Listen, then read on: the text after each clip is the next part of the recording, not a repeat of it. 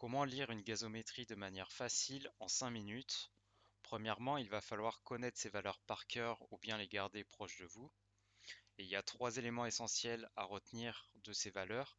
La première, c'est les valeurs numériques. Donc le pH, pour être normal, il doit être compris entre 7,35 et 7,45. Pour le PaCO2, c'est entre 35 et 45 mm de mercure. Pour les bicarbonates ou bien HCO3-, entre 22 et 26 mm de mercure. Ça, c'est la première chose à savoir. Deuxième chose à connaître, c'est de savoir si on est à la limite inférieure. Donc si le pH est en dessous de 7,35, on va parler d'un milieu acide. Et il faut faire attention parce que pour la PaCO2, c'est l'inverse. Quand on est en dessous de 35 mm de mercure, on parle d'un milieu basique. Pour l'HCO3-, en dessous, on parle de milieu acide. Donc juste faire attention, pour le PaCO2, c'est l'inverse du pH et de l'HCO3-. Si on est au-dessus pour le pH de 7,45, on parle de milieu basique, etc., etc. Et troisième chose à savoir de ces valeurs, c'est que le PaCO2 correspond à la composante respiratoire, tandis que l'HCO3- correspond à la composante métabolique. C'est ce qu'on va utiliser pour la suite. Prenons un exemple. Là, je vous ai donné un exemple juste ici. On va pouvoir passer à un cas pratique. On va dessiner un tableau avec 3 colonnes et 3 lignes. Dans la première ligne, on va mettre acide, normal et basique. Et on va pouvoir compléter le tableau. Donc le pH, il est de 7,26 dans notre exemple. Et si on reprend le tableau qu'on a vu juste avant, les valeurs, 7,26 est inférieur à 7,35, donc on est dans acide. Donc on va mettre le pH dans la colonne acide. Pour le PaCO2, il est de 81,4 en reprenant la valeur. 80, c'est au-dessus de 45, donc on est dans acide. Donc on va mettre PaCO2 aussi dans acide. Et enfin, l'HCO3-, il est de 31,5. Si on reprend nos valeurs, HCO3 moins 31, donc c'est au-dessus de 26. On est dans basique. Eh bien, on va mettre dans basique HCO3-. Voilà, notre tableau est complété, il ne nous reste plus qu'à l'interpréter. Petit aparté pour interpréter le tableau, vous pouvez télécharger le document qui regroupe les 5 étapes dans la description de la vidéo. Et là, je vais vous présenter brièvement ces étapes ici car ça paraît super fastidieux alors que c'est super simple. Vous allez vite comprendre dans les cas pratiques. Alors, l'étape 1, on veut savoir si la gazométrie est normale. L'étape 2, on détermine si c'est une alcalose ou une acidose. L'étape 3, on détermine si celle-ci elle est respiratoire ou métabolique. L'étape 4, on détermine s'il y a une compensation. Et l'étape 5, s'il y a la compensation, on détermine si elle est complète ou partielle. Voilà, je vous laisse avec la suite de l'exemple. Pour interpréter le tableau, je vous propose de le faire en 5 étapes. La première consiste à savoir si la gazométrie est normale. Donc on regarde les valeurs et on a bien vu qu'il n'y a aucune valeur de normale. Donc on va pouvoir passer à l'étape 2. L'étape 2, c'est pour savoir s'il s'agit d'une acidose ou d'une alcalose. Pour cela, c'est très simple. On regarde la valeur du pH et on regarde par rapport à 7,40, est-ce que 7,26 est supérieur à 7,40 ou inférieur? S'il est inférieur, comme ce cas-ci, on parle d'acidose.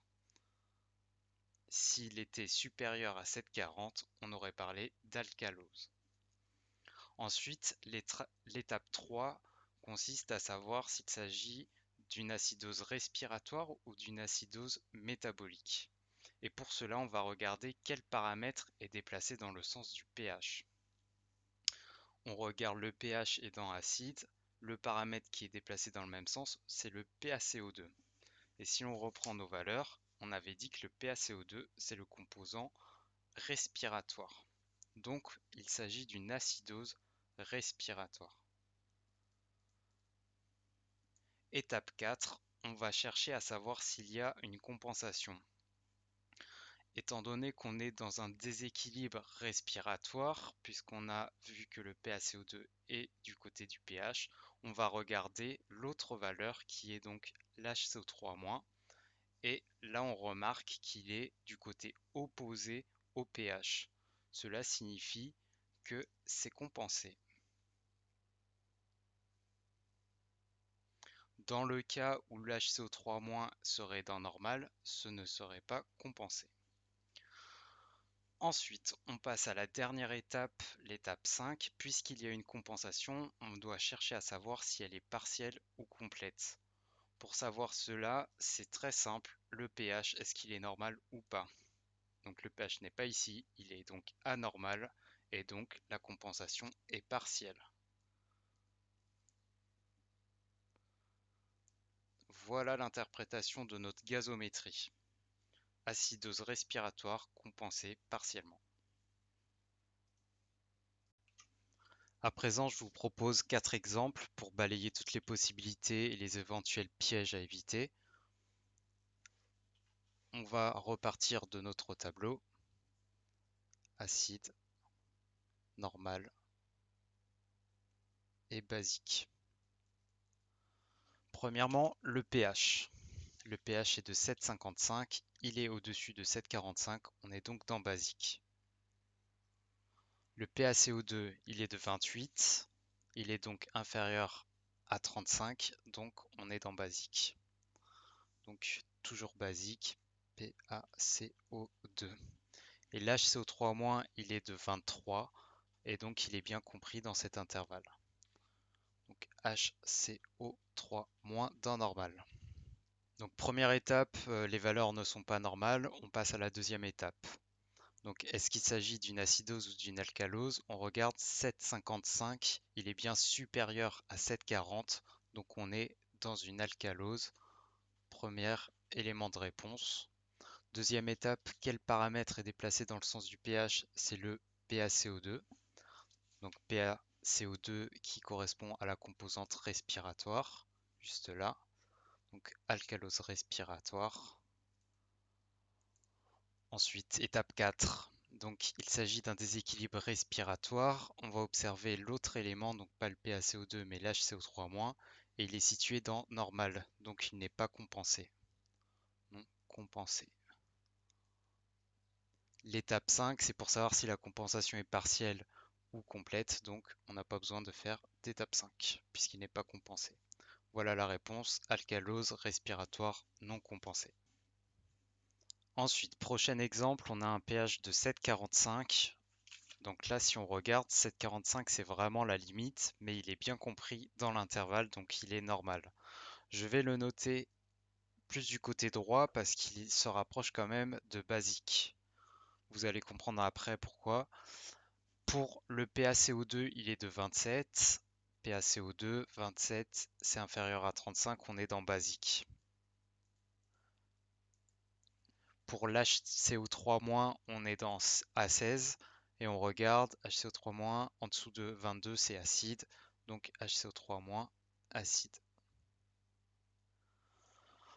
Alors, étape 1, est-ce que les valeurs sont normales? On voit qu'il n'y a que le pH qui est normal, donc non, on peut passer à l'étape 2. L'étape 2, pour savoir si c'est une acidose ou alcalose, on regarde le pH. Est-ce qu'il est supérieur ou inférieur à 7,40? Dans ce cas, il est supérieur à 7,40, donc c'est bien une alcalose. Troisième étape, on va regarder si c'est une alcalose respiratoire ou métabolique. On regarde quel paramètre qui est déplacé dans le sens du pH. Et là, comme j'ai mis le pH un peu plus vers la droite, comme il était plus proche du basique, on peut voir qu'il est déplacé avec le PaCO2 du côté basique.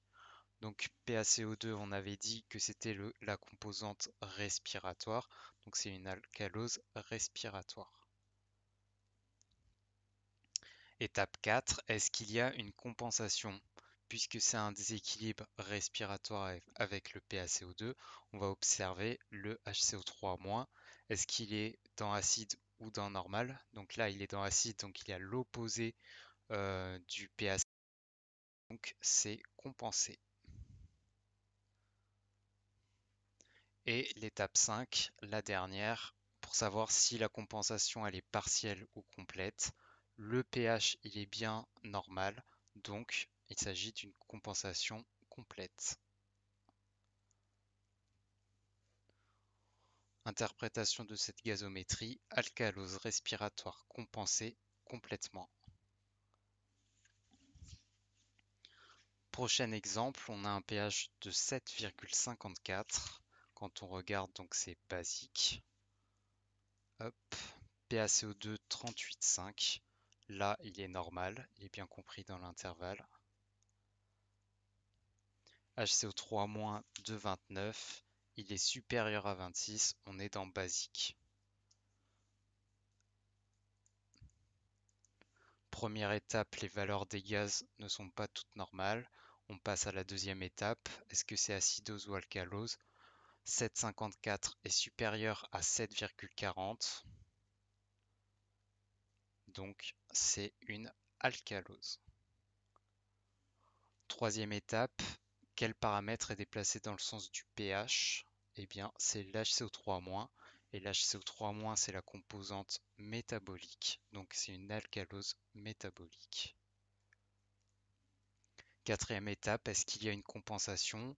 Donc là, c'est un déséquilibre métabolique. On va regarder le PaCO2. Est-ce qu'il est dans normal ou dans le contraire du pH? Eh bien, il est dans normal. Donc c'est non compensé. L'étape 5, on ne la fait pas puisque ce n'est pas compensé. Interprétation de la gazométrie, alcalose métabolique non compensée. Et dernier exemple, pH à 7,37. Il est donc bien compris dans l'intervalle, mais plus proche de l'acide.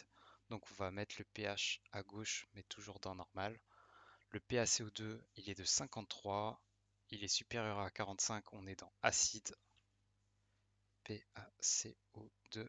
Et l'HCO3-, il est de 29. Et donc il est supérieur à 26, il est dans basique.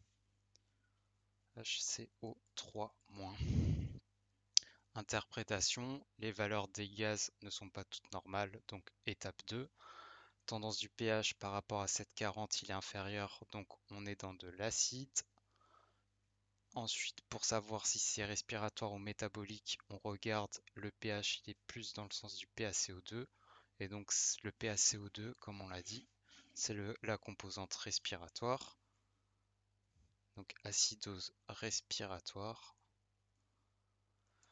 Est-ce qu'il y a une compensation? On va regarder du coup la valeur opposée, enfin l'HCO3-. Donc l'HCO3-, il est bien opposé au pH, donc il est compensé. Et enfin, puisqu'il y a une compensation, est-ce qu'elle est partielle ou complète? On regarde le pH, il est normal, donc c'est compensé complètement. Interprétation de la gazométrie, acidose respiratoire, compensée complètement. Voilà, c'est la fin de la vidéo. Si vous avez des questions, posez-les dans les commentaires. Je vous mets un tableau récapitulatif de toutes les possibilités de gazométrie. Et n'oubliez pas, dans le descriptif de la vidéo, vous pouvez télécharger des documents PDF avec les valeurs à connaître et la méthodologie des 5 étapes pour résoudre votre interprétation de gazométrie.